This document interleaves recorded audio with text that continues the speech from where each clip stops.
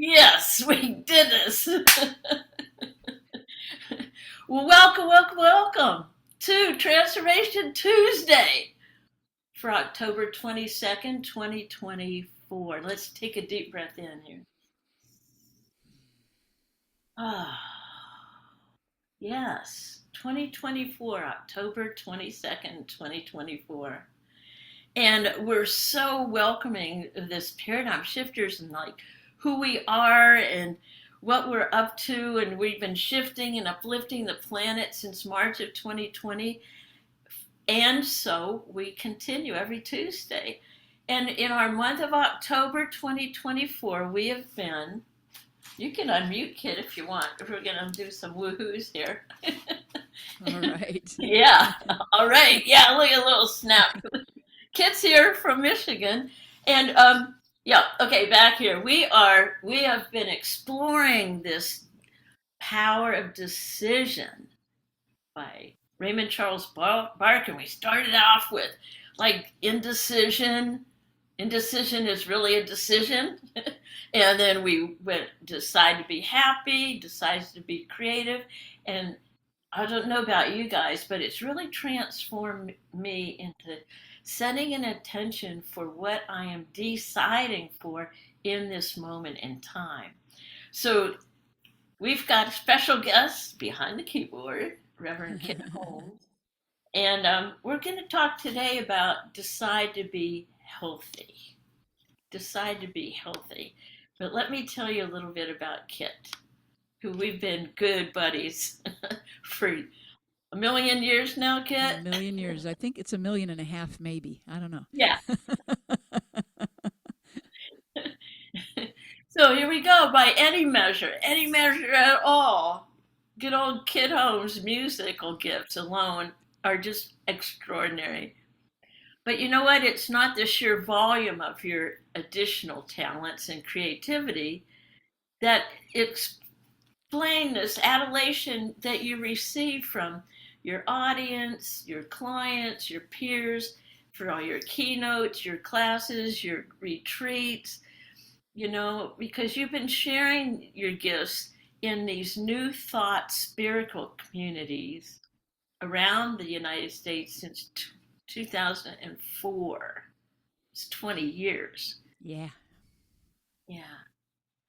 And Reverend Kit became a licensed religious science minister, Centers for Spiritual Living, in 2021, and has been with the Center CSL practitioner, has been a CSL practitioner since 2010.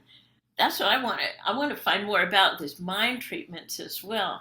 And you're also a certified transformational life advisor who recently returned home to your native Michigan after after a 21-year stint in Austin, Texas, Hmm.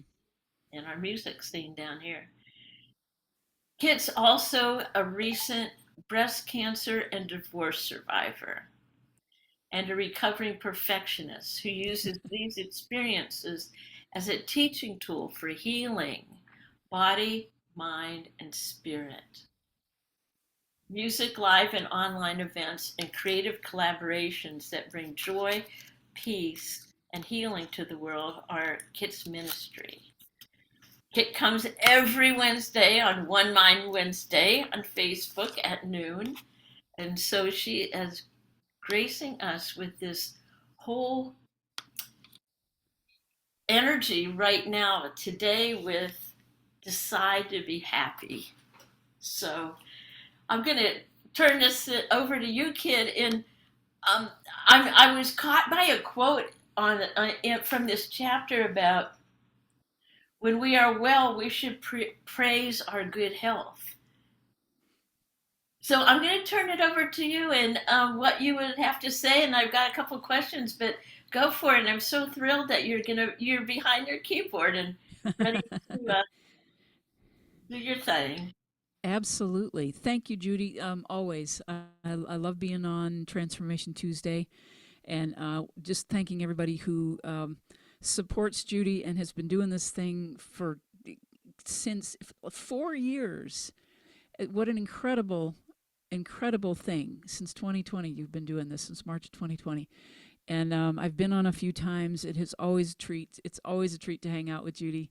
I've kayaked with her, retreated with her, trained with her, and all of those things. So it's a wonderful, wonderful, always a great time to be back here on her Transformation Tuesday. So the quote, we should praise our good health. Absolutely, absolutely. That sentence in itself would be the whole of Transformation Tuesday. We just left it right there. But going a little bit deeper on that is that we can often forget, we take for granted when we feel good. We take for granted that we breathe all day long, all night long, without thinking about it most of the time. We only think about it when we're short of breath, or we have a cold, or there's something, or a scratchy throat, or we've got the hiccups or something like that. We don't think about it. We don't think about, most of the time, we don't think about our heartbeat. It's doing its thing day in and day out and day in and day out. And the rest of our body system absolutely doing all of its things that it was designed to do. So, gratitude in general, not just about our health, but gratitude day in and day out about life as a whole, is a beautiful practice to come from. I have a daily gratitude practice. Judy, I know you do. And I know you coach that. I coach that as well. Even if it's only 5 things that you can come up with to start, even the things that you might think are silly to be grateful for, or oh yeah, that's not a big. It must be. I must be grateful for some massive change in the world. But really, it is the little things adding up day in and day out. Waking up, saying, "Oh, look at me! I got out of bed this morning. I'm grateful.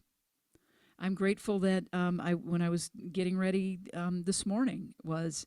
I'm grateful I've got hot water. I'm grateful I've got a nice soaking tub.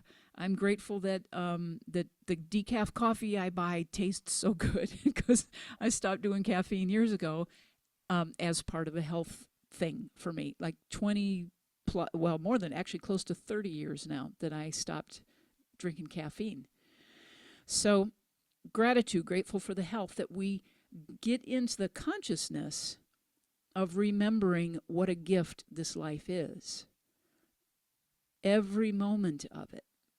And that's the whole mindset. And I love, Judy, that you're doing Power of Decision again. I love that book, Raymond Charles Barker. I pick it up every 18 months, every couple of years, and every time I go back through it, there's all kinds of new stuff that I don't remember reading before. And it applies. It's like, okay, so here I am now at this level of healing. Oh, here's that book jumping off the shelf at me again. I read it again and go, wow, I didn't see that the first time. Next, up leveling my consciousness around how I live and move and have my being in the world. Or I should say, how spirit lives and moves and has its being in me and through me and as me. So, So, we've traveled together through this diagnosis that you got a couple of mm-hmm, years ago, right? yep, yeah, And I was amazed by your spirituality in the moment of diagnosis and all the way through. Could you maybe take us back there, that moment, and what you decided in that time to be that healthy, vibrant self? I know that it was. Well, I'll go all the way back to the beginning. It was January, February of 2021. And I had noticed in my left breast, I found the lump. And I knew intuitively when I found it, was like, yeah, I want to go into denial about this, but it feels different. And I want to back up even further because this ties into that place where I said that I stopped doing caffeine almost 30 years ago. I stopped doing caffeine because I had regular tenderness in my breasts and lumpy. I know a lot of women just, or naturally we have lumps in our breasts. And I was seeing an acupuncturist at the time and a holistic healer, and said, and the pain, like it was like if I hugged somebody, it was like, wow, this shouldn't hurt. Okay, so this is decades ago. She said, get off caffeine, and that will help with fibroids, and reduce the fibroids in your breast, and it worked. She was right, and there were some other things that years later in my health journey that I started eliminating from my diet. So knowing that, when I found the lump in early 2021, I knew intuitively it was different.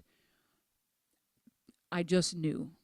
And like I said, my initial response was I went into denial about it. And then it was like, okay, I knew that I was going to be, I had already moved to Michigan, but I was going to be coming back to Texas to finish up some work. And all of my primary health providers were still in Texas. So I set up an appointment. I went down and I got in. It was immediate. It was, this, what's the word I'm looking for? A sonogram, all the things to check it out immediately. You're going to go in for a biopsy immediately. And 5 days later, it came back and said, yes, you've got breast cancer. And then the fun began. But the thing that I had in mindset already in place around my health was the spiritual practice and the consciousness of knowing that there is, number one, there's a spiritual solution to every perceived problem. And number two, that our consciousness, our mindset has everything to do with our health. Everything to do with our health. There is no separation between the mind and the body. So everything we think about day in and day out contributes to how our cells react to us. Our particles, the tiniest little parts of our body, are all energy connected to that thought process, connected to how we feel about it. And I know in this realm of coaching, I know that Judy does and that I do, is our feelings are just as important. In fact, really important, because the feeling state, the emotional state attached to the thought, the emotion is like, it could just be fleeting and there it goes, no big deal. But when that emotion is intense, it intensifies the thought. So it That gives the is so juice to the important. thought. Yeah, yeah. Keep going. Yeah.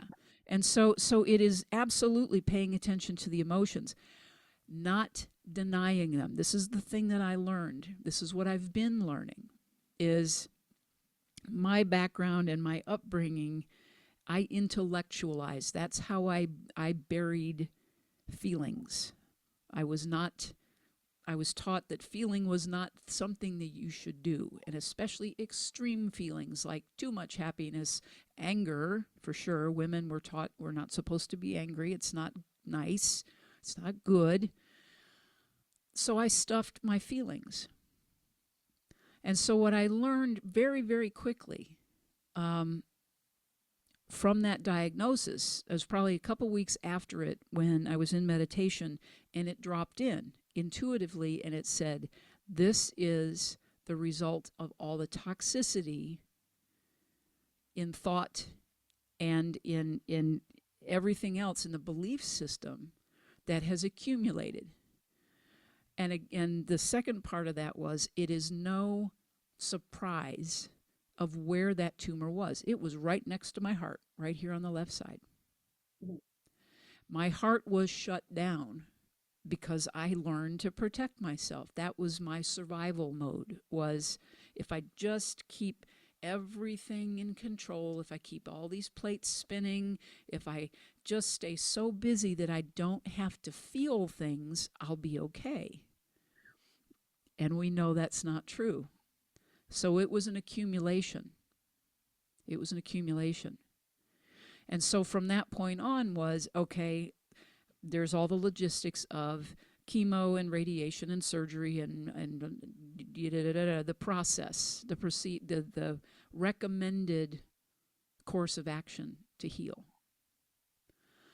And in that was when I get to the point of having the surgery to have the tumor removed, to the best of my ability, I'm going to put all of the toxicity and all of the unexpressed things and all of that into that tumor so it can be taken out of my body.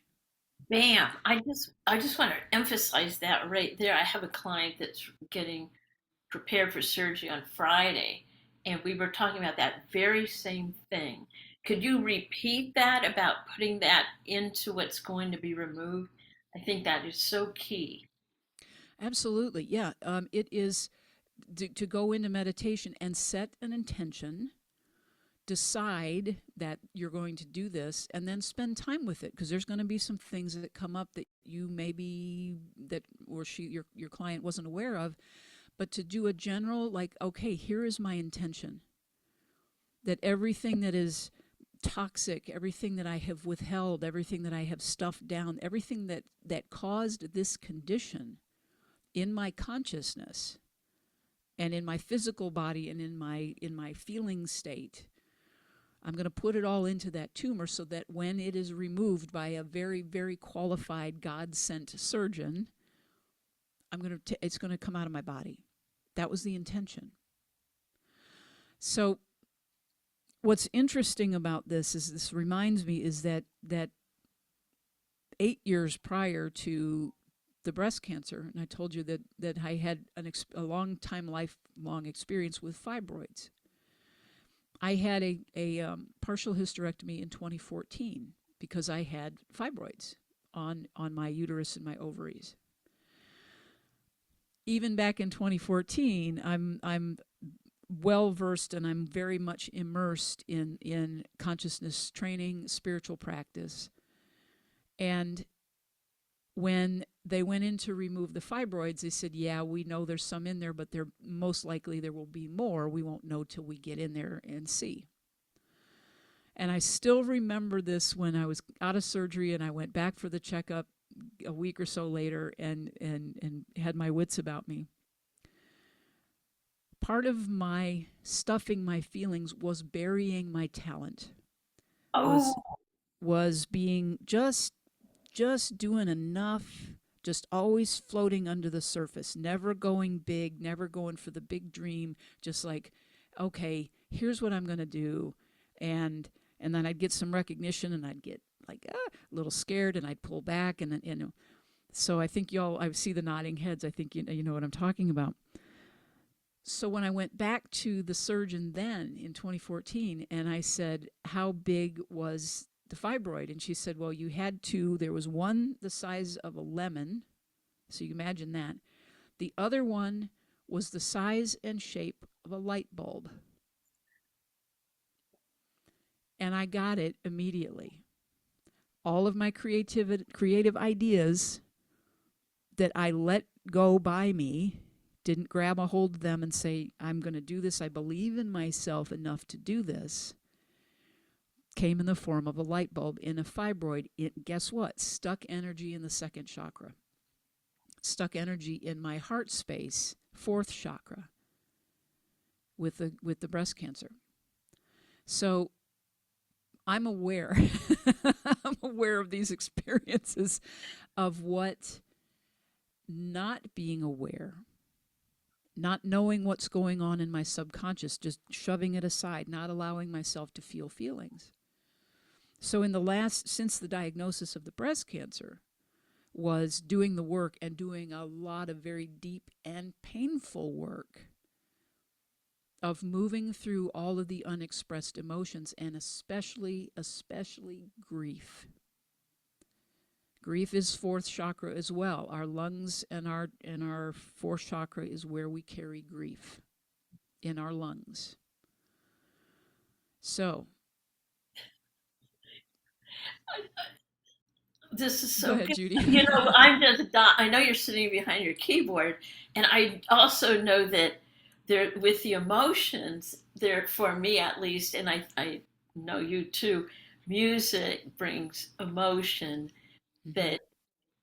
that that perhaps by you just, I know you're here to play, here to be, perhaps that could shift people who are watching this. just that allowing yourself to get out of your head into your heart and listening and bringing up maybe some emotions that are stuck right here within you, right here, right now. Whether you're Yeah, watching this on, live, it doesn't matter. But how about that, kid? How about if we do some emotional healing with the keyboard? certainly. Would you Absolutely. love that? I would love that. Do you want me to do Here to Be Now or you want me to do something else? Well, What's our time frame? I'll tell What's you what? what. Here's what I was thinking. I know that that song is very powerful for right here, right now, October 2024. Even if you would play it a couple of times and just to get those words down. I was around when you first released that, and it it emotioned me then. I just listened to it before we got on, and it emotioned me again and again and again. So, whatever it is that you would love to do, a couple, we've got time for a couple. But yeah, go for it. Thank you. Okay, I will do that. It's called Here to Be, and I'll just give you a little bit of background on this. I wrote this.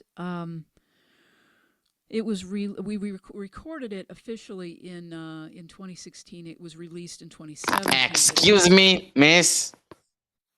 Yes, I'm sorry. Yeah, I have a question. You want to see a magic? We're not, Um, no, we're not here. And hang on a second. And hang on, Kit. Allahu Akbar. Allahu Akbar. There you go. Okay, we got him done. Whoa. Thank you. That's interesting. That hasn't happened forever. But anyway, it's interesting how the universe sends different people in. It is, and it's so interesting because I'm about to do this song. Yes. That I can focus my energy and attention on calming and doing the peace part of this and sending the love to those who feel inclined to bomb Zoom meetings for whatever reason. So I'll do this. I'll do this first, and then we'll.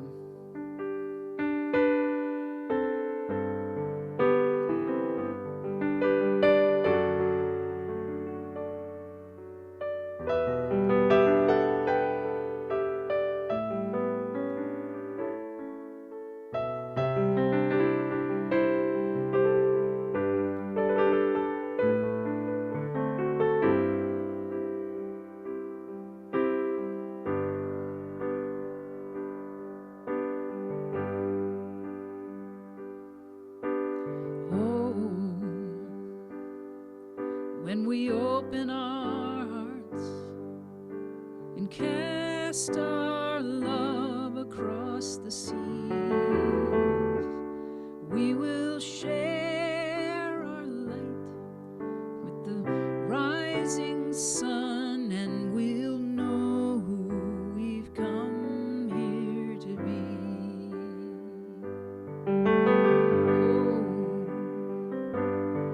When we open our eyes and recognize the possibilities,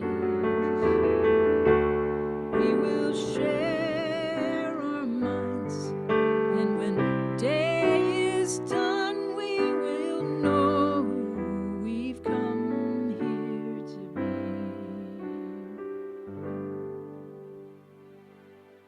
A light for justice, a light for hope and peace like the world has never known, and love, oh love, is who we've come here to be.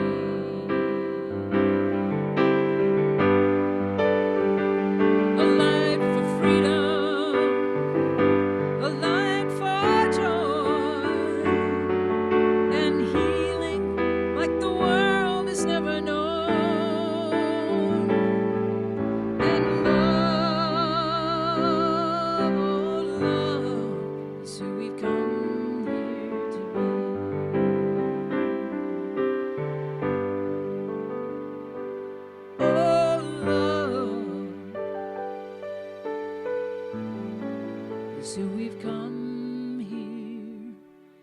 to be.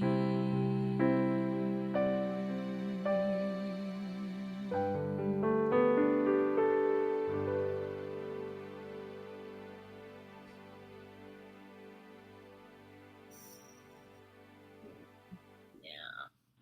Hmm. So let's talk about that song and why that's important for healing right here, right now. Healing each other The and the world, and what's that? it's to be healed. It was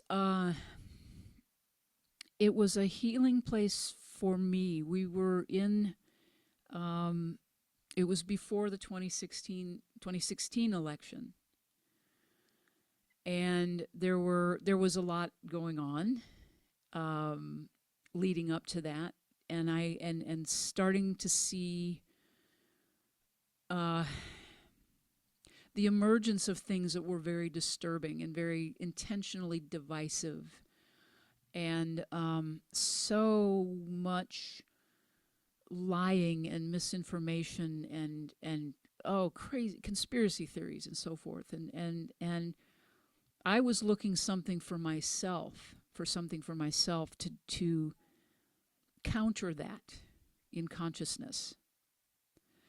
And so what was interesting is that when I started, I don't even remember if it was the first verse, and there was only the first verse for a long time.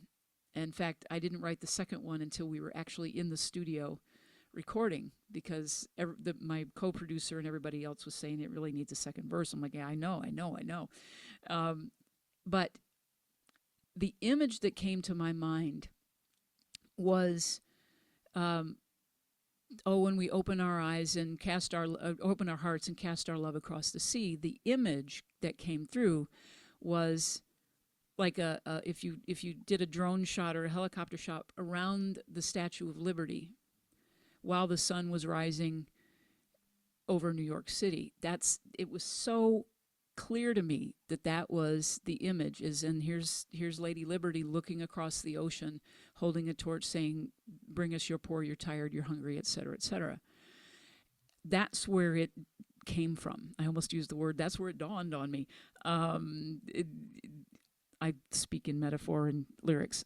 So from the healing place was, we have to open our hearts. And then we have to open our minds. We have to open our eyes and recognize the possibilities. Recognize the possibilities, because we live in a universe of infinite possibility, right? So everything is possible. And it is absolutely possible, I believe, that if enough people, if we reach that turning point, that tipping point, and I think we're in it.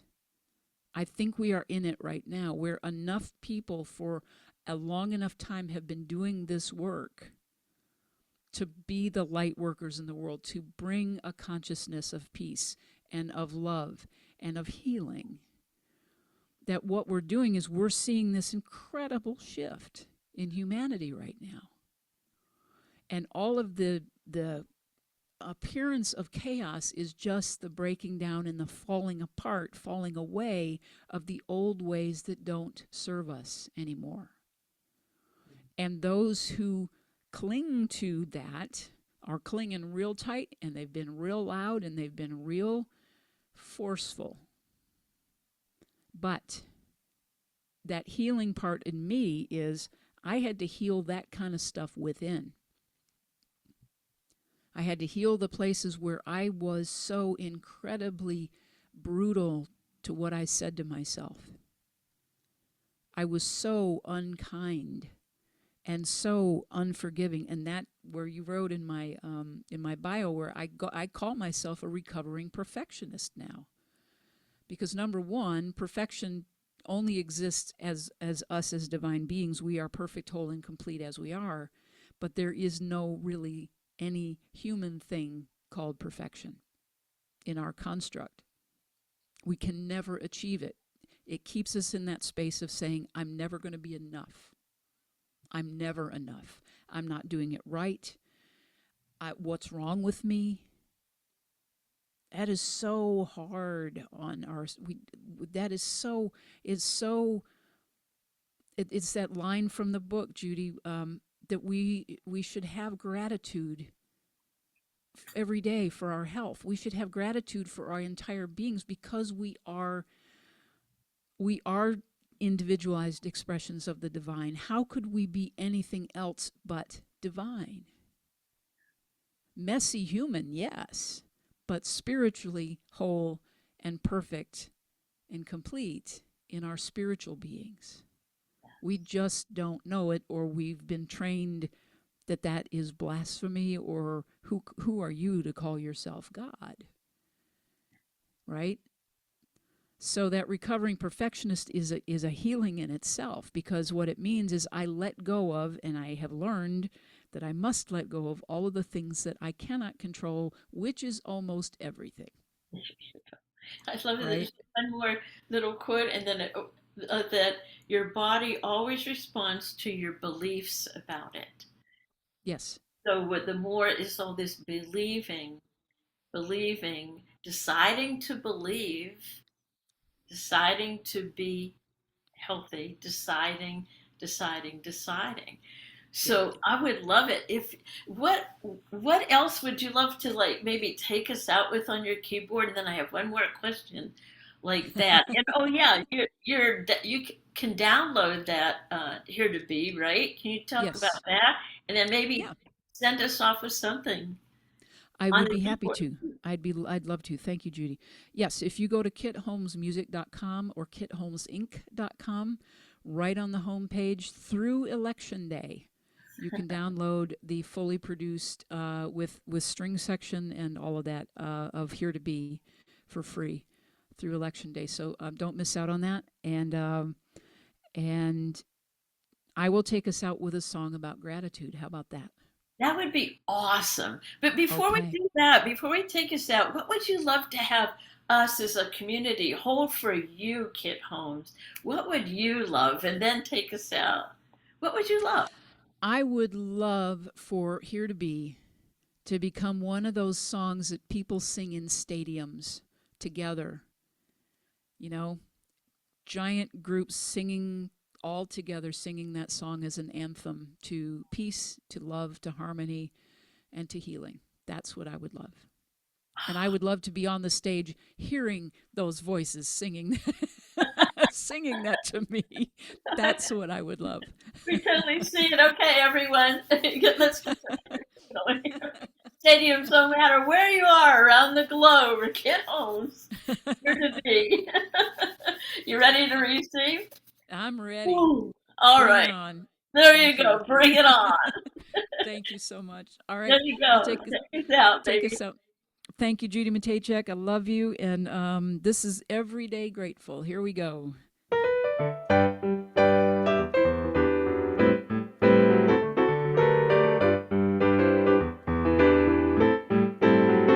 Every day, I'm waking up grateful that I get another chance to say thank you. Every night, taking the time to remind myself that I've got it so good. And I gotta say, it's so good to be grateful every day.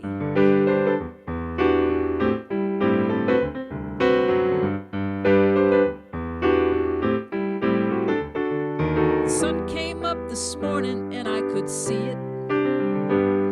Oh, that sweet sunshine. My heart still has a beat and I'm still breathing. So far, so good. Everything's turning out right every day. Waking up grateful that I get another chance to say thank you. Every night, taking the time to remind myself that I've got it so good. And I gotta say, it's so good to be grateful every day.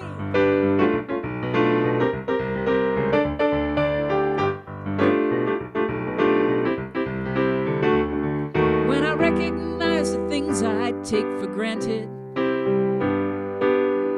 I see the magic in the mundane.